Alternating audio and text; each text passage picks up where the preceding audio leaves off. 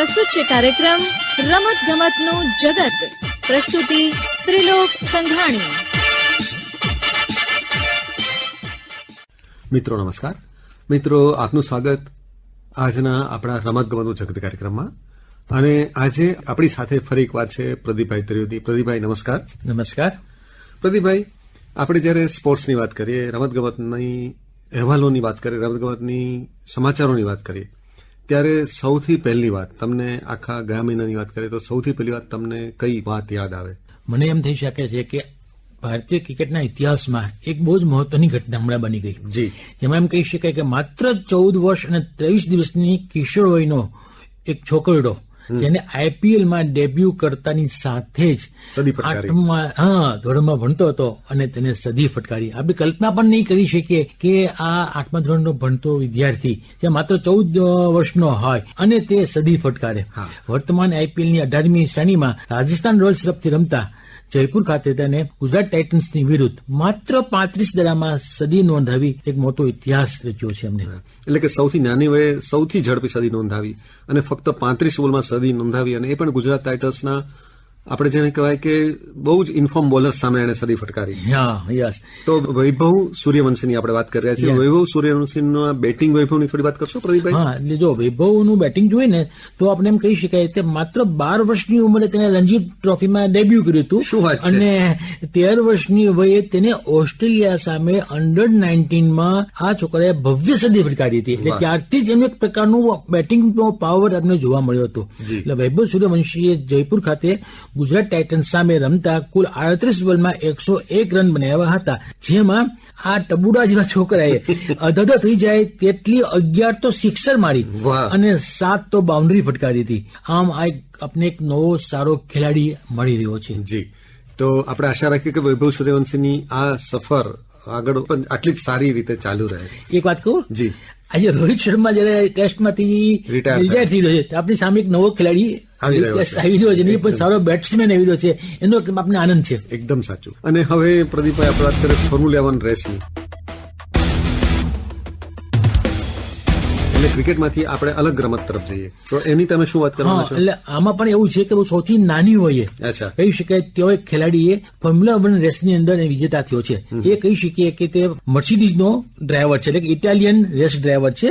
તેનું નામ છે કિમી એન્ટોનેલી. તે માત્ર 18 વર્ષની વયે તેને મિયામી ખાતે યોજાયેલ મિયામી ગ્રાન્ડ પ્રિક્સની સ્પ્રિન્ટ રેસ જીતીને નવો ઇતિહાસ લખ્યો છે. એટલું જ નહીં, પણ ફોર્મ્યુલા 1ની કોઈ પણ ઇવેન્ટ્સની અંદર કોઈ પણ રેસરે 18 વર્ષની વયે જો ટાઇટલ જીત્યું હોય તો ત્યાં એક પહેલો છોકરો છે. એટલે આ એક યુવા રેસ ડ્રાઈવર આપણને આ પણ એક આપણે સિદ્ધિ ગણી શકીએ કે નવા ખેલાડીઓ આપણને મળી રહ્યા છે અલગ અલગ રમતના મેદાનમાં, અને એકદમ યુવા વયના ખેલાડીઓ અદભુત દેખાવ કરી રહ્યા છે. અને હવે આપણે ટેનિસ વિશ્વની વાત કરીએ, પણ એમાં આપણે અલગ રેકોર્ડની વાત કરવાની છે. એમાં આપણે વાત કરીએ કે સૌથી મોટી વયે જેને એક વિજેતા તરીકેનો રેકોર્ડ બનાવ્યો એની વાત કરીએ આપણે. હવે આપણે યુવા વર્ષનું જોયું, સૌથી મોટી વયે વિજેતા થવાનું આપણા રોહન બોપન્ના ધરાવે છે. બરોબર. ટેનિસ રમતના ઇતિહાસમાં સૌથી મોટી વયે ટેનિસ જગતનું પ્રતિષ્ઠિત ટાઇટલ મેળવવાનો વિશ્વ વિક્રમ ભારતના ટેનિસ વીર રોહન બોપન્નાએ નોંધાવ્યો હતો. ફ્રાન્સમાં રમાયેલ મોન્ટે કાર્લો માસ્ટર્સ એમ્સ ટુર્નામેન્ટમાં ભારતના 45 વર્ષના ટેનિસ ખેલાડી રોહન બોપન્નાએ અમેરિકાના ખેલાડી સાથે રહીને ડબલ્સનો ખિતાબ મેળવ્યો હતો. એટલે એક રીતે જોઈએ તો રમતગમતને ઉંમરના બંધન નડતા નથી એવું આપણે કહી શકીએ. બરોબર પ્રદીપભાઈ? તો રોહન બોપન્નાની થોડી ટેનિસ કરિયરની વાત કરી દઈએ તો તેને 2 grand slam, 6 ATP masters titles મેળવ્યા છે અને 3 વખત તે ઓલિમ્પિયન પણ રહી ચુક્યા છે. એટલે આ એક રીતે જોઈએ તો રમતગમતના મેદાન પરની કેટલીક વાતો આપણને હંમેશા પ્રેરણા આપતી હોય છે. હવે અલગ રીતે અલગ અંદાજ અલગ રેકોર્ડની આપણે વાત કરીએ તો માતા પુત્ર વિજેતા બન્યા હોય એની પણ વાત પણ આપણે કરી શકીએ. એટલે બોક્સિંગની સ્પર્ધા થઈ હતી અમેરિકામાં ન્યુયોર્ક ખાતે. રિંગ માસ્ટર ચેમ્પિયનશીપ થઈ હતી. તેમાં 79 કિલોગ્રામની અંદર 26 વર્ષના બોક્સર રીસ મિસ્ટ્રોટે આ પ્રતિષ્ઠિત ચેમ્પિયનશીપનું ટાઇટલ જીત્યું. એટલું જ નહીં, પણ ગોલ્ડન ગ્લોવ્સ પણ જીત્યો. પરંતુ આ રેસની મજા એ હતી કે આજથી 20 વર્ષ પહેલા આ છોકરાના મધર યાની કે ડિઝાયરીએ પણ આ સ્પર્ધા જીતી હતી અને તેને પણ ગોલ્ડન ગ્લોવ્સ મેળવ્યો હતો. વાહ. એટલે માતા અને પુત્ર બંને એક રીતે જોઈએ તો એક જ સિદ્ધિ મેળવી. સમયગાળો 20 વર્ષનો હતો, પણ બંને જણાએ બોક્સિંગમાં સફળતા મેળવી.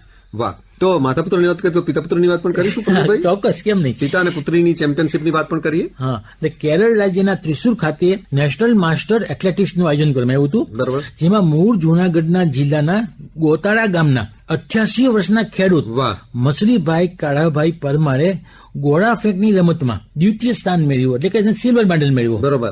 અને પ્રદીપભાઈ, મજાની વાત એ છે કે આ સાથે તેમની 50 વર્ષની પુત્રી લાછુબેન પરમારે પણ હેમર થ્રોમાં પ્રથમ સ્થાને રહીને ગોલ્ડ મેડલ મેળવ્યો હતો. વિશેષ વાત કહું તો વઢવાણની સરસ્વતી કન્યા વિદ્યાલયના પીટી શિક્ષિકા લચ્છુબેન માસ્ટરે એથ્લેટિક્સની સ્પર્ધાના ઇતિહાસમાં સતત 5મી વખત ગોલ્ડ મેડલ મેળવીને એક નવો ઇતિહાસ રચ્યો છે. વાહ વાહ વાહ, બહુ જ સરસ. તો આ આપણને ખરેખર એક રીતે જોઈએ તો આપણા બધા માટે પ્રેરણાદાયી વાતો છે. અને હવે આપણે સ્નૂકરની વાત કરીશું, એમાં ઐતિહાસિક ઘટનાની વાત કરીશું. હા, તો ઇંગ્લેન્ડમાં શેફિલ્ડ ખાતે સ્નૂકરના વર્લ્ડ ટાઇટલ માટેની સ્પર્ધા થઈ હતી. આ સ્નૂકરના વર્લ્ડ ટાઇટલમાં વિશ્વના શ્રેષ્ઠ ક્યુ માસ્ટરોએ ભાગ લીધો હતો, જેમાં સ્નૂકરનું વર્લ્ડ ટાઇટલ સૌના આશ્ચર્ય વચ્ચે ચીનના 28 વર્ષના જાઓ સિન્ટોને મેળવ્યું હતું. એ ટાઇટલ મેળવવાનું બહુ મહત્વ નથી, પરંતુ સ્નૂકરનું વર્લ્ડ ટાઇટલ મેળવનાર આ ચીનનો ખેલાડી એ માત્ર ચીનનો ફર્સ્ટ ખેલાડી નહોતો, પરંતુ એશિયાનો પણ ફર્સ્ટ ખેલાડી બન્યો છે કે જેને આવું ટાઇટલ મેળવ્યું હોય. વાહ, બહુ જ સરસ. પ્રદીપભાઈ, હવે આઈપીએલ ની 18મી શ્રૃંખલાની આપણે થોડી વાતો કરીએ. તો આ વખતે આપણે કુલ 10 ટીમો ભાગ લઈ રહી છે અને 10 ટીમોના સુકાનીને આપણે યાદ કરી લઈશું. ચોક્કસ, કેમ નહીં. આઈપીએલ 18 ની અંદર કુલ 10 ટીમ ભાગ લેવી છે ને તેમાં કુલ 74 મેચ રમાનાર છે ને 65 દિવસ સુધીનો સૌથી લાંબો આ પ્રોગ્રામ છે. બરાબર. હવે તેની અંદર જોઈએ તો ચેન્નાઈ સુપર કિંગ્સના કેપ્ટન છે ઋતુરાજ ગાયકવાડ, દિલ્હી કેપિટલ્સના કેપ્ટન છે અક્ષર પટેલ, જે હવે ગુજરાતના છે. બરાબર. ગુજરાત ટાઇટન્સના કેપ્ટન છે શુભમન ગિલ, કોલકાતા નાઇટ રાઇડર્સના કેપ્ટન છે અજિંક્ય રહાણે, લખનૌ સુપર જાયન્ટ્સના કેપ્ટન છે રિષભ પંત, મુંબઈ ઇન્ડિયન્સના કેપ્ટન છે હાર્દિક પંડ્યા, જે પણ આપણે ગુજરાતનો છે. પંજાબ કિંગ્સના છે શ્રેયસ અય્યર, રાજસ્થાન રોયલ્સના છે સંજુ સેમસન, રોયલ્સ ચેલેન્જર્સ બેંગ્લુરુના છે રજત પાટીદાર અને સનરાઇઝ હૈદરાબાદ એના છે પેટ કમિન્સ. આ થયા કેપ્ટન એમના. બરોબર. હવે આપણે કેટલાક રેકોર્ડ્સની વાત પણ કરીએ.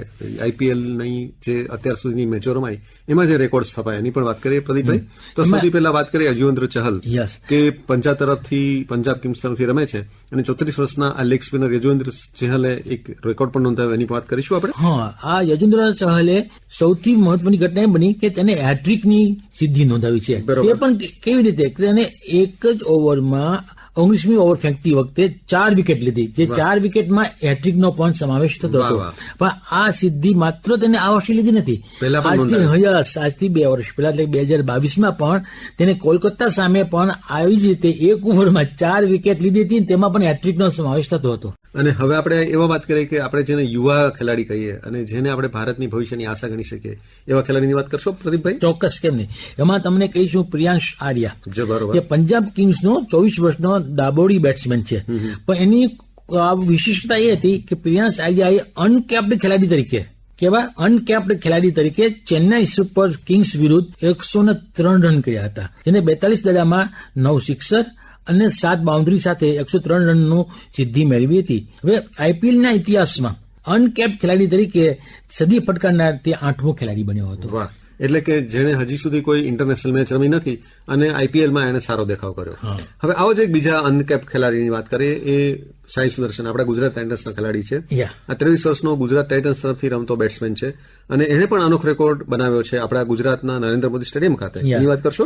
યસ. હવે અમદાવાદના નરેન્દ્ર મોદી સ્ટેડિયમ એ સૌથી વિશ્વનું મોટું સ્ટેડિયમ છે. બરોબર. એ સ્ટેડિયમ ઉપર આ ભારદ્વાજ સાઈ સુદર્શને સતત 5 વખત અર્ધસદી ફટકારવાનો રેકોર્ડ નરેન્દ્ર મોદી સ્ટેડિયમમાં બનાવ્યો છે, જે આ પહેલો રેકોર્ડ છે. વાહ, સરસ. તો હવે આપણે આઈપીએલ રેકોર્ડ્સની થોડી વાત આગળ વધારીએ તો ગુજરાત ટાઇટન્સના બીજા એક ખેલાડી સાઈ કિશોરની પણ વાત કરીએ આપણે. સાઈ કિશોર છે એ 28 વર્ષનો લેફ્ટ હેન્ડેડ ઓર્થોડોક્સ બોલર કહી શકાય તેવો બોલર છે. સાઈ કિશોરે અમદાવાદમાં નરેન્દ્ર મોદી સ્ટેડિયમ ઉપર દિલ્હી કેપિટલ્સ વિરુદ્ધ છેલ્લી 20મી ઓવર ફેંકવા માટે આવ્યો, એટલે આખા 20 ઓવરની જે હોય છે એમાં બોલિંગ નથી કરી, ફક્ત એક જ વખત બોલિંગ કરવામાં આપવામાં આવી, 20મી ઓવર આપવામાં આવી. બરોબર છે. તો પણ 20મી ઓવરમાં તેને 1 વિકેટ લઈ 9 રનમાં 1 વિકેટ ઝડપવાનો એક રેકોર્ડ કર્યો. એટલું જ નહીં, પણ 20મી ઓવરમાં પ્રથમ બોલિંગ કરનાર તે આઈપીએલનો 3જો બોલર બન્યો હતો. વાહ.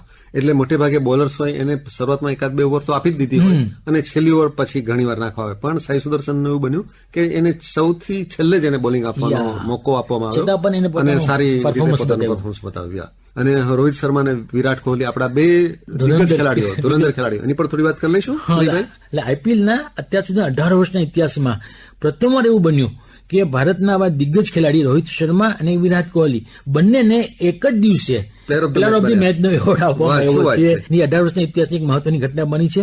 અને મુંબઈ ખાતે જયારે મુંબઈમાં રોહિત શર્માએ અને ચેન્નાઈ વિરુદ્ધ અને મુલ્લાનપુરમાં બેંગલુરુમાં વિરાટ કોહલીએ પંજાબ વિરુદ્ધ પ્લેયર ઓફ ધી મેચનો એવોર્ડ મેળવ્યો હતો. એક જ દિવસે આઈપીએલની 2 મેચ અને બંને મેચમાં આપણા ભારતના 2 દિગ્ગજ ખેલાડીઓ man of the match, player of the match બન્યા. વાહ.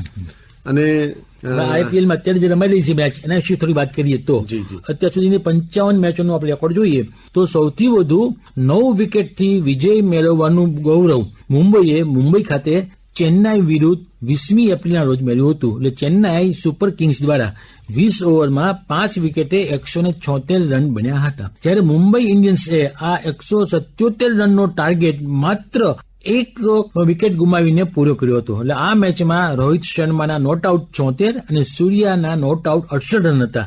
એકમાત્ર રિકેલ્ટન 24 રનને આઉટ થયો હતો અને એને 9 વિકેટથી વિજય મેળવ્યો હતો.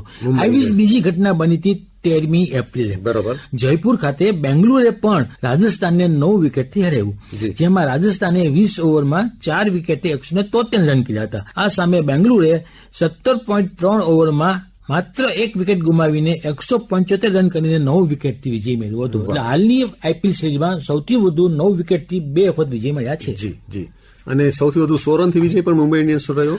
તેમણે જયપુર ખાતે 1 મેના રોજ રાજસ્થાન રોયલ્સ સામે આ વિજય મેળવ્યો હતો. મુંબઈ ટીમે 20 ઓવરમાં માત્ર 2 જ વિકેટે 217 રન કર્યા અને રાજસ્થાન રોયલ 16.1 ઓવરમાં 117 રન કરીને આઉટ થઈ ગયું. અને આ રીતે 100 રનથી મુંબઈ ઇન્ડિયન્સ આ મેચ જીતી ગયું. પ્રદીપભાઈ, આપણે વાત કરી રહ્યા છીએ આઈપીએલની કેટલીક મહત્વની ઘટનાઓની વાત કરી રહ્યા છીએ, તો એક દાવમાં સૌથી મોટો 286 રનનો જુમલો નોંધાયો તેની વાત કરીશું આપણે. ચોક્કસ. એક દાવમાં સૌથી મોટો 286 રનનો જુમલો એ સનરાઈઝ હૈદરાબાદે 23મી માર્ચના રોજ આ શ્રેણીની બીજી જ મેચમાં રાજસ્થાન વિરુદ્ધ હૈદરાબાદ ખાતે નોંધાયો હતો. હૈદરાબાદે 20 ઓવરમાં 6 વિકેટે 286 રન કર્યા હતા, જેમાં કિશનના નોટ આઉટ 106 રન મુખ્ય હતા. ઈશાન કિશાને 47 દાડામાં 11 બાઉન્ડ્રી અને 6 સિક્સર વડે નોટ આઉટ 106 રન કર્યા હતા અને એ દ્વારા એને ટીમનો સૌથી મોટો જુમલો બનાવવામાં તેનું મહત્વનું યોગદાન રહ્યું હતું. બરાબર. અને રાજસ્થાન રોયલ્સે પણ આ જુમલા સામે શરણાગતિ ન સ્વીકારી, એમણે પણ સારો દેખાવ કર્યો અને 242 રન કર્યા. એટલે પ્રમાણમાં સારો જુમલો કર્યો, પણ છતાં પણ રાજસ્થાન રોયલ 44 રનથી આ મેચ હારી ગયું. તો આ એક વિજયની વાત કરી, પણ સૌથી નાનો 1 રનનો વિજયની પણ આપણે વાત કરી લઈએ. ચોક્કસ. આ વખતના આઈપીએલમાં માત્ર 1 રનથી વિજય મેળવવા માટે કોલકાતાએ 4 મેના રોજ કોલકાતા ખાતે રાજસ્થાન વિરુદ્ધ મેળવ્યો હતો. બરોબર. એટલે કે કોલકાતાએ 20 ઓવરમાં 4 વિકેટે 206 રન બનાવ્યા હતા. આ સામે રાજસ્થાને પણ 20 ઓવરમાં 8 વિકેટે 205 રન બનાવ્યા હતા અને વિજય માટે માત્ર 1 રન ખૂટ્યો અને વિજયનું અંતર દૂર પડી ગયું. કોલકાતા નાઇટ રાઇડર્સ મેચ જીતી ગયું. તો આની જ મજા છે. તો આપણે આઈપીએલની મહત્વની સેન્ચુરીની વાત અંતમાં કરી લઈશું પ્રદીપભાઈ. જી. એટલે આ વખતના 55 જેટલી મેચોની અંદર અત્યાર સુધીમાં કુલ 4 જેટલી સેન્ચુરી થઈ છે, જેમાં ઈશાન કિશને 106 રન નોટ આઉટ કર્યા છે, પ્રિયાંશ આર્યાએ 103 રન કર્યા છે, સૌથી વધુ અભિષેકે હૈદરાબાદના અભિષેકે 141 રન નોંધાવ્યા છે અને વૈભવ સૂર્યવંશીએ 101 રન કર્યા છે. એટલે કુલ 4 સદી બની ચૂકી છે. અને અંતમાં આપણે આજની આ વાતની સમાપ્તિમાં આપણે ટાઈ મેચની વાત કરી દઈએ.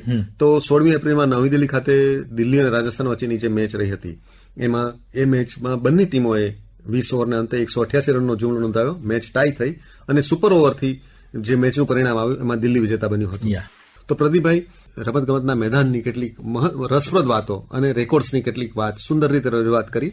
આપનો આભાર ખૂબ ખૂબ. ફરીવાર આપણે રમતગમતની નવી વાતો લઈને મળીશું એ આશા સાથે. આવજો. Thank you very much. નમસ્કાર. આપ સાંભળી રહ્યા હતા કાર્યક્રમ રમત ગમતનું જગત. પ્રસ્તુત કરતા ત્રિલોક સંઘાણી.